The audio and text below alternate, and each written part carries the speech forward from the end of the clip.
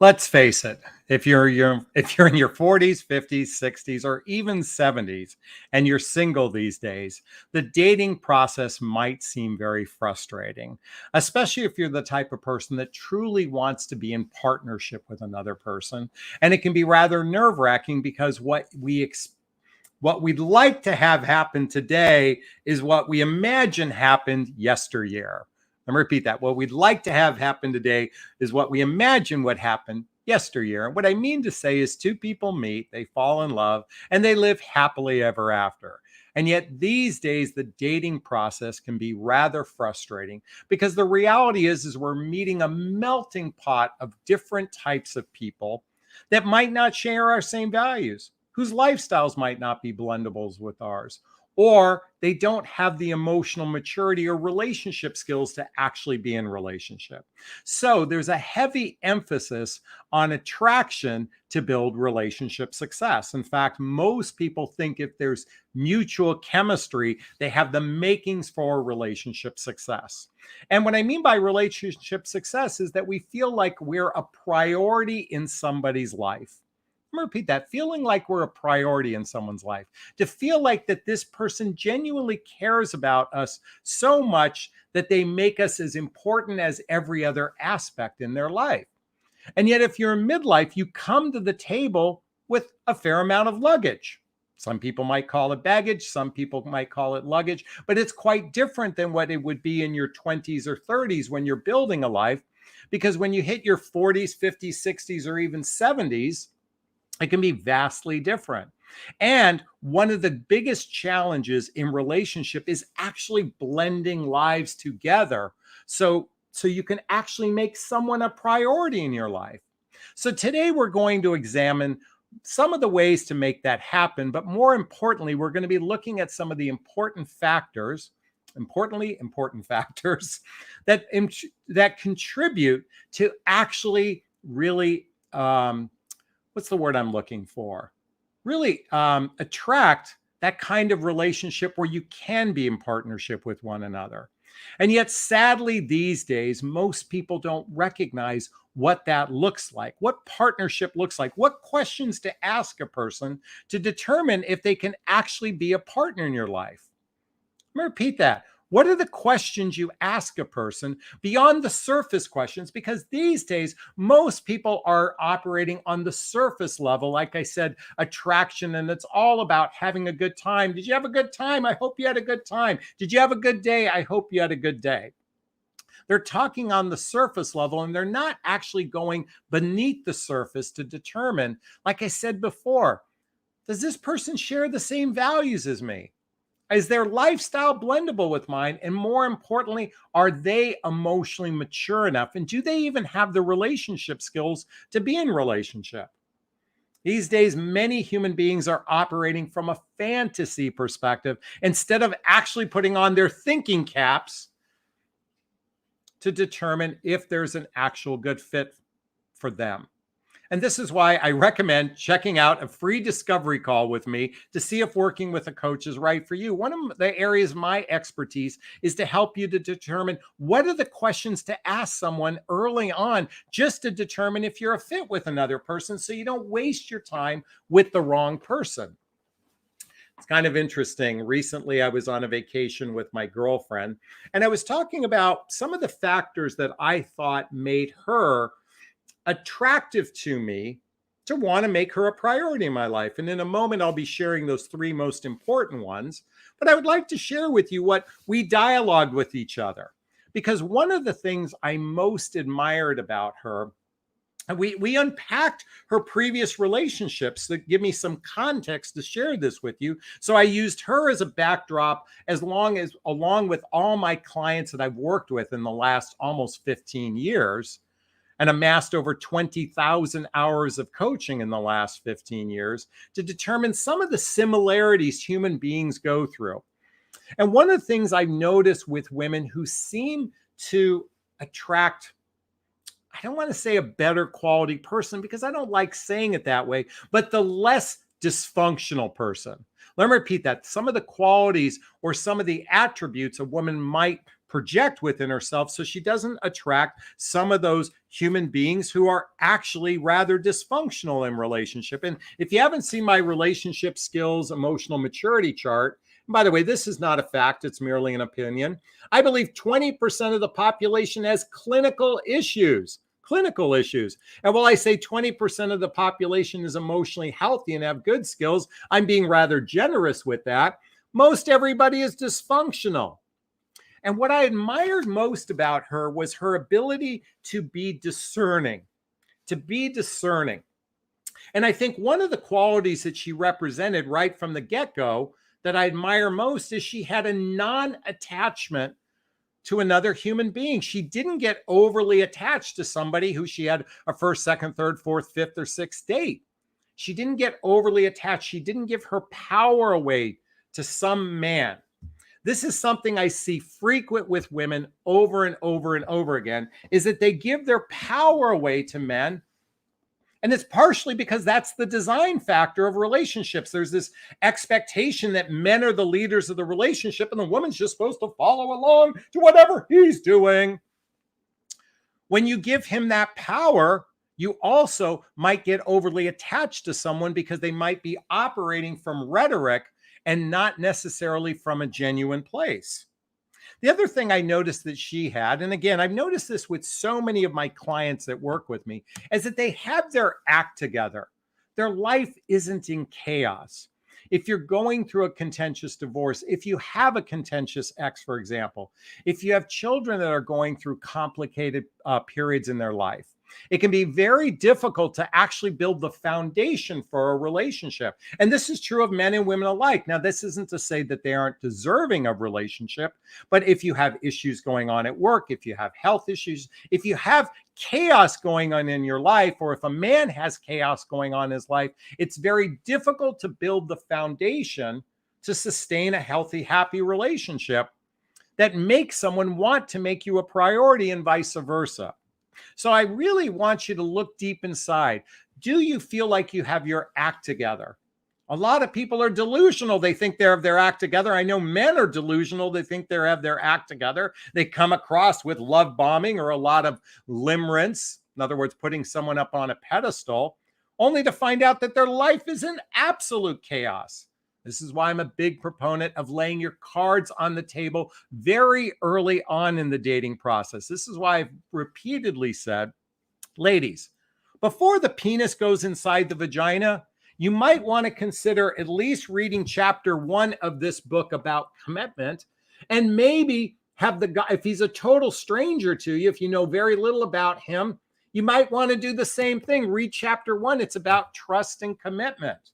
Because these days, if you're going to invest on the chemical bandwagon of chemistry and the physical bandwagon of chemistry, physical meaning a sexual relationship, you should know what you're getting into with somebody before you give your heart to another human being. And while I've said repeatedly, it takes about 100 hours of face-to-face time to build the first layer of trust, trust is built in multiple layers. And while that's not an absolute timeline, the whole point is, don't give your heart to someone. Don't even make them a priority in your life until you've actually built some levels of trust. And more importantly, one thing I noticed about her is she doesn't need to be rescued. She doesn't need to feel loved by someone else to feel good about herself. Here in the United States, we are suckling on the nipple of, I need you to love me so I can feel good about myself. I need you to love me so I can feel good about myself. I need validation and validation and validation so I can feel safe in this relationship. Folks, if you're not familiar with my book, What the Heck is Self-Love Anyway? A Journey of Personal Development, Self-Help, and Spiritual Work. And by the way, in the description of this video is all the books I recommend, also different links to connect with me. Check out this book. This is a book to build your internal empowerment so you're not dependent upon someone else for your happiness. And more importantly, what I respect about her is she was not high maintenance with her standards. She had high standards. And high standards is different because ultimately, What's most important is to express your standards. And what standards is merely is, what do you want your relationship to look like? What do you want it to look like? Initially, my thoughts were, if I was had a local relationship, is we'd spend 3 or 4 days and nights a week together, doing shared activities, hobbies, mutual interests, spending time with family and friends, traveling together, teamwork, building skills, both in our personal and our professional lives, and intimacy, both physical and emotional intimacy. That is the standard I set for myself. And while I considered someone who's long distance, I just had to modify that standard ever so slightly. But ultimately, the elements in that is the elements to build a relationship. And yet, sadly, these days, most people spend more time on these devices, either talking or texting, and not building a real, true connection. True connection happens through social activities, hobbies, mutual interests, spending time with family and friends, and regular basis. All the most successful relationships I know see each other on a regular basis. Not once a month, not once every other month, not once every 6 months. If you want to build the deep roots of trust, it has to be done face to face. It's very difficult to do this over the phone and over text messaging or even FaceTime. And ultimately, if you are considering a distance relationship, which many, and by the way, I'm not here to say that they don't work. Most people adopt or enter into these relationships under a fantasy because there's no real game plan how to bring the two together. And I wouldn't invest more than 3 or 4 months with someone unless you have a genuine game plan of how you're going to move either near each other or in with each other. Because without a game plan, you might invest years only to find out you're going to be back out in the marketplace again, and you won't be this person's priority. So I shared a little bit about her because it gave me some reflection, because I see a lot of my clients in her. The clients who genuinely want partnership, and the way they approach the process is so different than the rhetoric that we hear today. Is you just have to sit in your feminine energy and just let the guy claim you, because all you have to do is do nothing and let the guy claim you. What a crock of shit in my book. Now, this isn't to say that masculine and feminine energy don't exist. Masculine is doing and feminine is receiving, and a healthy human being has an equal balance of both. Let me repeat that. A healthy human being has an equal balance of both. If you haven't read, did I pull out the book? If you haven't read the book, The Untethered Soul by Michael Singer, I highly recommend reading this book so you can tap into that inner strength within yourself, so you don't have to follow the traditional rhetoric. And this is why I continually recommend the book If the Buddha Dated, because this throws out all the bullshit gender rhetoric and says, how can we connect with somebody on a heart-centered level? I highly recommend this book. And what I am most appreciate about the philosophy of Buddhism, it's all about non-attachment. And what I've taught my clients over the years is to be open and receptive to all the possibilities and not attached to the outcome. Because when you get attached to the outcome, you are going to set yourself up for failure. Now, let me just say something, folks. This is so much easier said than done. Believe me, I know this personally speaking. I'm very attached to my new partner. I'm very attached to this person. It's not easy not to be attached. But at the same time, I've also learned the skills from 2 books that I highly recommend reading. The book Attached by Amir Levine and Rachel Heller, which talks about love attachment styles. And also the book Getting the Love You Want by Harbel Hendricks and Helen Hunt. Again, all the books I recommend are below. So you can understand that here's the bottom line. When you understand your individual makeup of how you operate, you will learn one simple thing. And if I can impress this upon you, I want you to know that even if your relationship doesn't work out, even if you're attached to them, no matter what, you are going to be okay. You will survive, and you have the potential to thrive. Let me repeat that. You will survive, and you will have the potential to thrive. And yet, if you give your power to another human being, if you make their validation towards you is your sense of happiness, you are already setting yourself up for codependency relationships.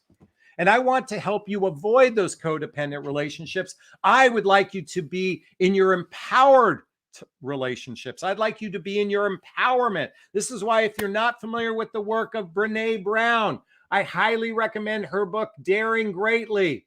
It's time to let go of the fantasy rhetoric about relationships and remember that the most important relationship you have is with yourself. Because here's the bottom line, folks. We are swimming in a sea of dysfunctionality, and very few humans have good relationship skills. So I invite you, and a lot of people are delusional to their own skill sets in relationship. What I mean by delusional is a lot of you are in fantasy realm thinking you're good at it when very few people have actually done the work. So let me just say this. When you can learn that you'll be okay no matter what, and let go of the angry, bitter rhetoric towards the opposite sex, you can actually start to attract in a healthy, happy relationship. And in a moment, I'll share those 3 things I prepared for today. But I'd like to start with a prayer. God, universe, spirit, Gus, I invite a juicy, delicious, healthy relationship in my life where we have mutual chemistry with one another. And we have that communication skills between us where we can handle conflicts and differences ease, and we can banter for hours and hours at a time.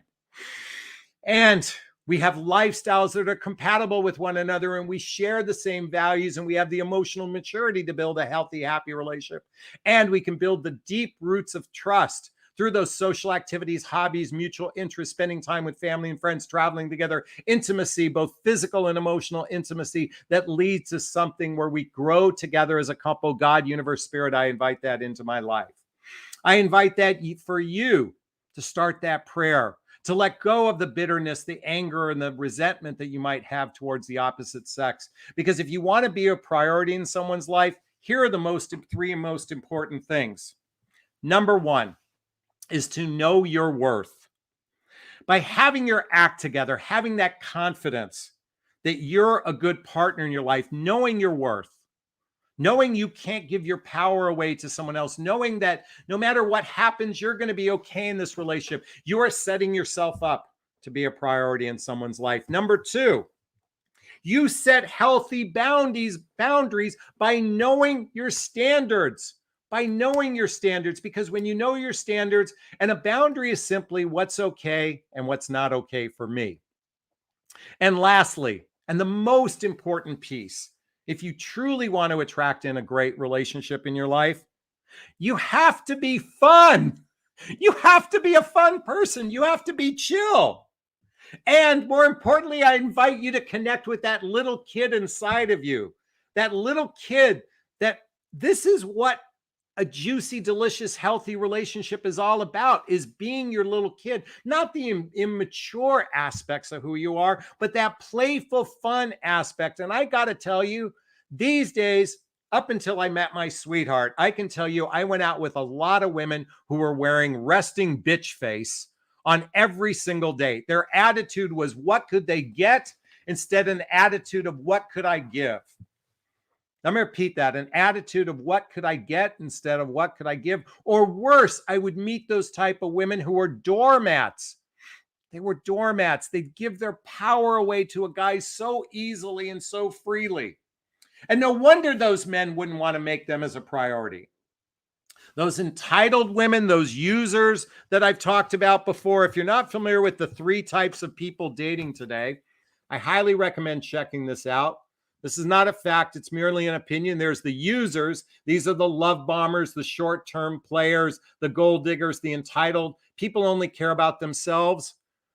And then next are the spenders. That's about 60% of the population. They seek connection, companionship, and sex, but they have no real direction. They have uncertainty and they're fearful, usually have dysfunctionality in their lives. And lastly are the growers and builders. These are the people that seek long-term commitment. They're emotionally grown up. They have relationship skills and they have their act together. When you're operating from a place of a grower builder, you have a better chance for relationship success and actually to be a priority in someone's life. Is this resonating with you? Is this sinking in? If it's yes, hit the like button. Please share this video. Please subscribe to my channel right now, because I invite you to shift the narrative from an old way of doing things and maybe operate from a place of true empowerment within yourself, because that's the women and men that the opposite sex would like to make a priority. Those people that know their worth, they know their standards and boundaries, and most importantly, they have a little kid inside of them that wants to play. Because what's the point of a relationship unless you just want to go through the motions? And I invite you all to allow your little kid in so you can play. Is this sinking in? Is this resonating? Let me know. All right. I think this will be a great place to shift to our Q&A. If you know my format for Q&A, if you have a question for me, write the word question or post the question thereafter, or purchase a super sticker, super chat. All of the monies from the super sticker, super chat goes to a scholarship fund in the name of my son, Connor Aslay. That's a picture of him right there. It's my son who passed away 4 years ago. And in his honor, I donate to charities like the Hoffman Process and Insight Seminars, just to name a few.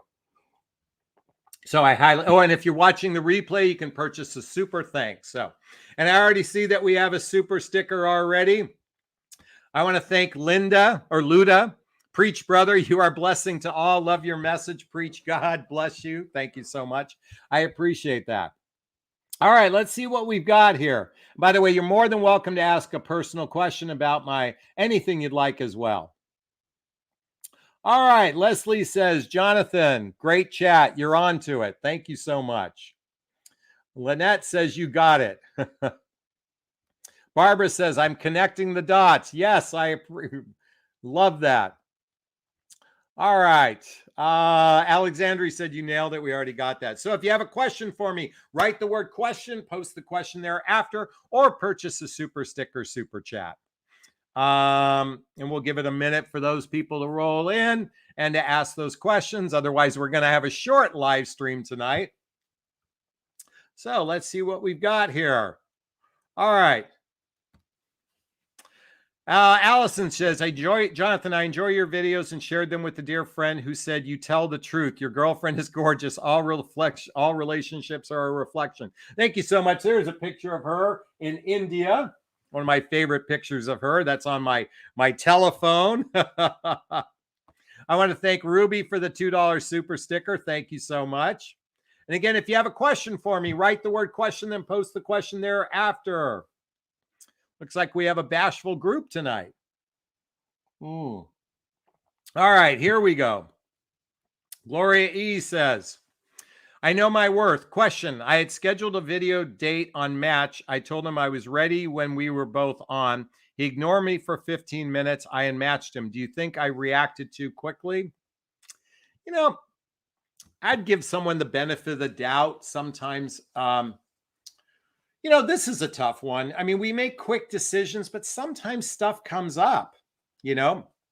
So I wouldn't sweat it. You know, I'd be on for 15 minutes. I'd log off and I move on and let the person reach out to you and see what they have to say. I don't know if I would have reacted that quickly, but I recognize that things can happen. So maybe, listen, I think it's important to, you know, be generous in your prospecting and be rather selective in who you meet. Let me repeat that. Be generous with your prospecting and be selective with who you meet. In fact, that's kind of what my whole coaching program is. Check that out there, Jonathon.aslay.com coaching. That's what I teach in my private coaching. Be generous with your prospecting and selective in who you meet. Okay? So yeah, I think you might have reacted a little bit too quickly, but it can go either way on that one. Okay?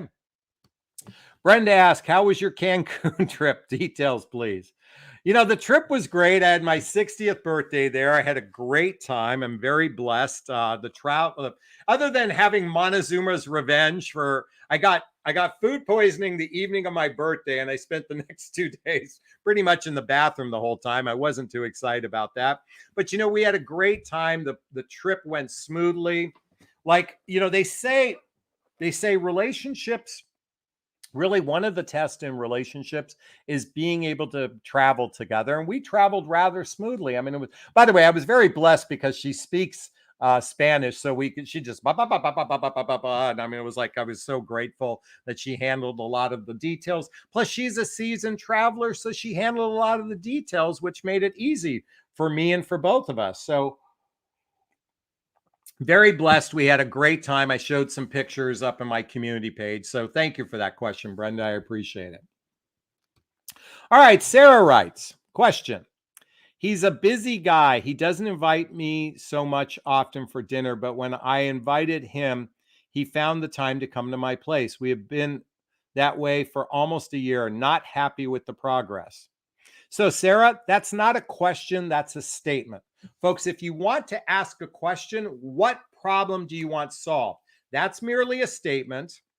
And I've noticed women have a habit of making statements and not actually expressing what you want solved. So if you want a problem solved, ask a question. Rather than give me the backstory, you might simply say, I've been in a relationship that hasn't progressed. What are some things that can do to progress the relationship?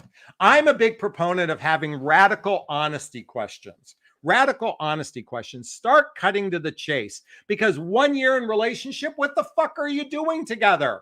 Are you just having a good time together? Let's just have a good time. I hope we have a good time. But it seems like all he does is come to you, and you're not creating the building blocks to a successful relationship. Read the book 8 Dates by Doctors John and Julie Gottman so you can recognize the building blocks to a healthy, happy relationship. That's my invitation for you. Because right now, sounds like he's winging it, you're winging it. And when you're winging it, what ends up happening? You crash and burn, most likely. So anyway, Sarah, that's my 2 cents on that one. Thank you so much. And he's a busy guy, by the way, Sarah. Busy is not conducive for a healthy, happy relationship. All right, Marianne says, or excuse me, Haslin says, question, how do you identify a love bomber? Hi from Madrid, Spain. God, that was a dyslexia on my part. How do you recognize a love bomber? Oh my God, you're the most amazing person on the planet. I've never seen anyone like you. You are so different than anyone I've ever met. You have my heart. You have my desire. I want to travel with you. I want to marry you. And by the way, that's only 15 minutes in meeting you. That's a love bomber. And someone who does that on the first, second, or third date is pretty much a love bomber. Hope that helps with you. Thank you so much, Ms. Solar. Thank you. Lynette says, I totally agree. It's about being the best you and to be fun. Exactly. Let's see. Kim says, question. The guy I'm seeing says he wants a relationship. However, has saying he's not sure what he wants. He went through a bad divorce with his ex and a bad divorce and has 3 children. Once again, this isn't a question, Kim. This is just a statement. Folks, I just want you to I want to give you an example of what drives us men fucking crazy. If you have a question for us, ask a question. Now, let's come back to this again. He says he doesn't know what he wants. Why do you want to be with someone who, well, here's the thing. Do you know what you want? I'm going to tell you something. In my coaching practice, I get prospective client calls, half a dozen, 2 dozen a week, half a dozen to a dozen a week. And all of them say, I know what I want, Jonathon. I know what I want. I know what I want. And then once they hire me, they go through my proprietary coaching program. And do you know what they say after the 6-week boot camp of working with me? Can you guess what they say? They say this. Jonathon, why didn't they teach me this in school? Why didn't my parents teach me this? Why didn't I learn this before I married the wrong guy? I didn't know what I wanted. Folks, if you're with somebody who doesn't know what they want, that's a sign you don't know what you want, because a woman who wants to be a priority in a man's life, she knows her standards. She knows what she wants. And when she's with someone who doesn't know what she wants, do you know what she says? Bye-bye, bye-bye, bye-bye, bye, bye, bye, bye, bye. So if you're staying with someone who doesn't know what they want, that's a clear sign you don't know what you want. So I invite you to maybe schedule a call with me to change that narrative. Kim, thank you so much. I appreciate it. Ah, Barbara says, I get the impression you gave her the window seat. Yes, I sat in the aisle and she sat next to me next to the window. That's exactly it. All right, let's keep going. All right, Sarah comes back with her question. How can I open the subject with him about what we are? I asked him one time. He said, every time I see you, I want to jump you. Noticed I stopped allowing him to have sex. Sounds like all he cares about is sex with you. He drives to your house to only have sex with you. Is that the kind of relationship you want? Folks, read here. Hold on one second, everybody. I should have grabbed this book. I should have grabbed this book as well. This is another book by John Gottman. It's called The 7 Principles for Making Marriage Work. Why I'm recommending you read this book? Because most of you guys are fucking clueless as to the mechanics of a healthy, happy relationship. Okay, chapters. How to predict divorce, how to enhance your love maps, 2 different types of marital conflict, solve your solvable problems, coping with typical solvable problems, predict the outcome gridlock. Folks, if you don't know how a relationship works, then how can you be in a relationship with someone? Well, Jonathon, it's just natural. 2 people together just know exactly what to do. No, 2 human beings are fucking clueless. Most people don't know how to be an adult in relationships, yourself included. I'm yelling at you because many of you do not have the skills to be in relationship, and then you're operating on just blind faith. If you want to, listen, if you're not intentional in the dating process, then you'll never get intentional in the relationship process. Most everybody operates from the premise that if we sweep it under the rug, that magic fairy dust is going to solve all the problems. So how do you open up the conversation? First off, I highly recommend reading this book before you start. It's called Nonviolent Communication by Marshall Rosenberg. Okay? Nonviolent. So you learn how to communicate in a non-confrontational way. And how you open up the conversation, you go, look, this is what I want out of a relationship. What do you want? And if you're not on the same page, then ask yourself, do you want to be in this relationship with another human being? Do you know how many people are not on the same page? About 90% of people in relationship. And I'm exaggerating that number a little bit. It might not be 90%. It might be 89%. The reason people aren't on the same page is they're not talking to each other they're not building real intimacy with one another. Folks, the reason why most relationships fail is they don't build deep intimacy. Read the book Emotional Intimacy by Robert Masters. Folks, many of you are operating on the fantasy level of relationship. You know, it's funny, while I was on vacation with my girlfriend, we started to talk about Steve Harvey's book. By the way, Act Like a Lady, Think Like a Man. And while I'm not a fan of the book per se, he points out some really important things. Be empowered. Know your worth. Know your boundaries. Don't jump into bed too quickly and be a fun person to be with. That's what the essence of this video is all about. But many of you don't operate. You either operate from an entitled place or a doormat place. So you don't know your worth, or you overvalue your worth. You have terrible standards or boundaries. And most of you aren't that much fun because you don't have the rest of your life in order. Now, I know this might be insulting to say this to you because you might think I'm individualizing it, but I'm telling you, 90% of the population is rather fucked up or dysfunctional at best. All right, I'm done ranting. Let's keep going. All right, Kim comes back with a question. What am I doing wrong when he says he wants a relationship and then says he doesn't know what he wants? He is scared because of how badly his divorce went. Yeah, he's confused. And by the way, what would Steve Harvey say? Don't give the cookie to a confused guy.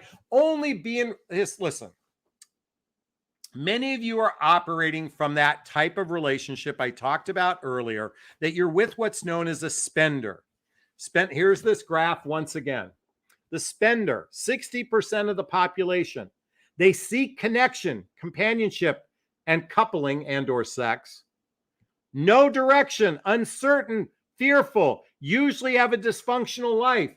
Why are you investing in someone who doesn't know what they want? Folks, I've been watching a TV show, my girlfriend turned me on to it, called 90 Day Fiancé. 90 Day Fiancé. Now, I'm going to tell you, I'm not a reality show person. In fact, these are, in my opinion, it's kind of junk. But you know what? I had an interesting thought. What if if a man wanted to sleep with you, you would have to live at his place for 30 days before you had sex, just to see if you could actually fit together. What do you think would happen? What do you think would happen? Would the guy say yes? Probably not. Would they make that kind of investment and commitment to you? Probably not. Why? Because the reality is these days, sex is relatively free and easy to get with little or no commitment. Little or no commitment. This is why when I created my dating vows, if you're not familiar with it, I'll pull it up right now. By the way, it's listed in the description below. If you want to get a copy of this right here, it's listed below. But there's an old saying. Have you ever heard the saying, women are the gatekeepers of sex and men are the gatekeepers of commitment? That's right.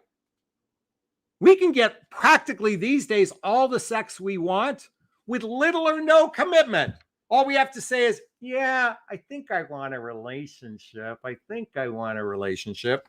So I invite you to say the following to a guy before the penis ever goes inside the vagina for more than once, okay? The dating vow is simple. You each state the following. I agree to explore the process of getting to know you with the intent to declare something serious in the next 3 to 6 months. I agree to be monogamous sexually while we have regular sex together. I agree to not actively date or meet others and take down my dating profiles while we're in a relationship with each other. I agree to speak up if this isn't working for me versus pulling back, ghosting, or disappearing. I agree to invest regular time in the process of getting to know you, which looks like spending 3 or 4 days and nights a week together, doing shared activities, hobbies, mutual interests, spending time with family and friends, traveling together, teamwork, building skills, both in our personal and professional life, and intimacy, both physical and emotional intimacy. Now, I will tell you, 90% of guys will probably bail on this. Why? Because there's a woman out there that'll give him sex. But if he likes you, he respects you, and he values you, the man who says that is more inclined to be serious about a relationship than the guy who isn't. Is this sinking in? Is this resonating? Please let me know. Hit that thumbs up. Let me know. All right, let's see what else we have here. All right, let's see what else we have here. Question from Miss Brown. Question 1.0. Is it okay to continue texting a guy? It's progressing well. We go back and forth with our 8 dates question manual. Yes, but listen, it's okay to text, but relationships are built face to face, face to face, face to face, face to face. That's how a relationship is built. It's not built over the telephone. All right. Looks like we have a spammer here. Let's put this person on a timeout. All right. Allison says, what's the best way to find out what you want? Can you give us a hint? Read the books I recommend. That's a good place to start. Okay. All right. Next question. Jennifer says, question. Met a great guy on Bumble. I thought we had a nice coffee date, but he didn't suggest getting together again. Should I assume he wasn't interested? He's very passive. I would simply do this. I would ask him out for a drink.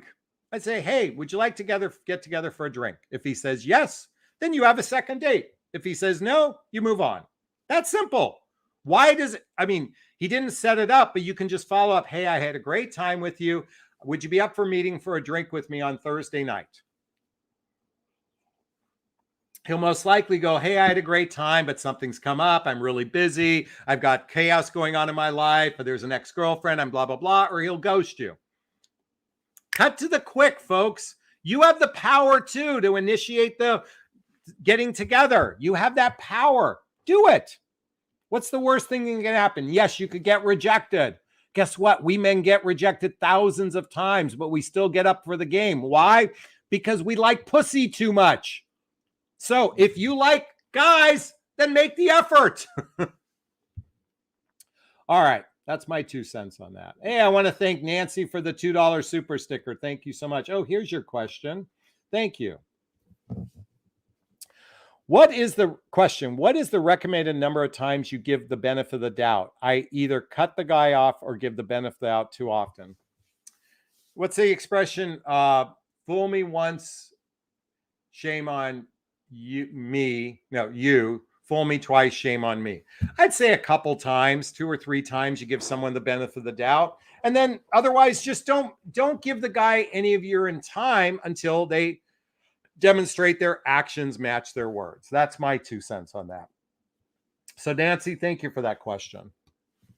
Lulu writes, question, is it a good sign if a man remembers what I was wearing first date? It's been 10 months since we met.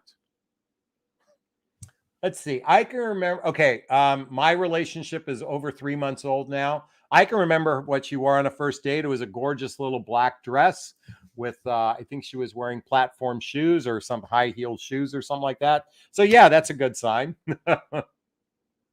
Thank you for that question, Lulu. Miss Solar says, thank you for your fucking honesty. You're very welcome. All right. Let's keep personal question. What did you learn about her from being sick together? Oh, that's an interesting question. So she was very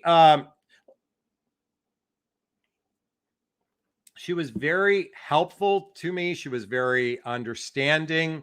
It affected me a little bit, but she was just very, you know what I like about her? There she is again, my sweetheart. What I like about her is she has such a pleasant, calm, friendly, agreeable personality. I'm going to repeat that: friendly, calm, agreeable personality.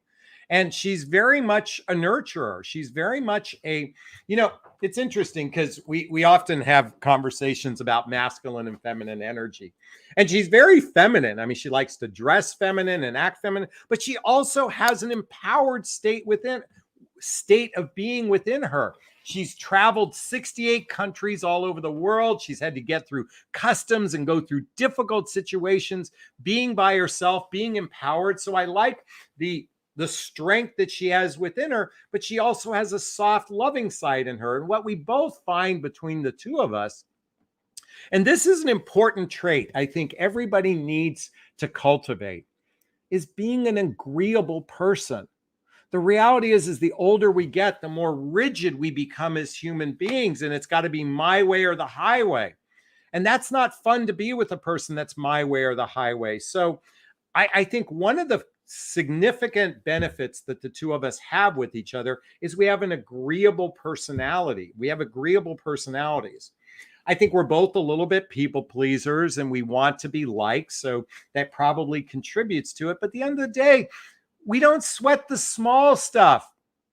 There's this book. I brought this up. Perfect time to bring it up. It's called Shut Up, Stop Whining, and Get a Life.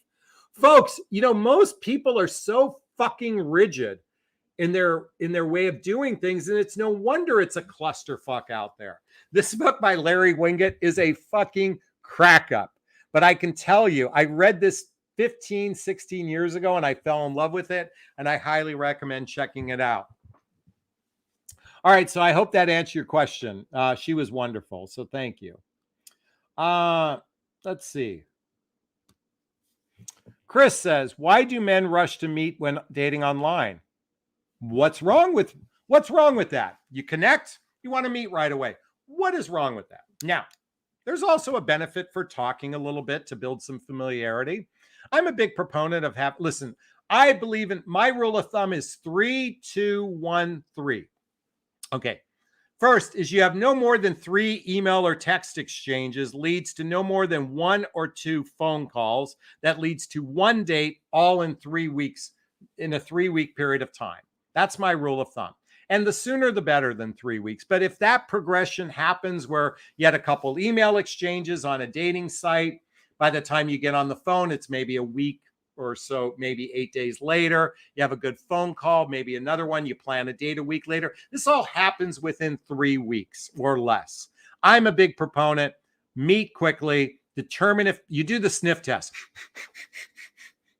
See if you like each other. If you like each other, you see again quickly. If you like each other, you see each other again quickly. And if you like each other, you see each other again quickly.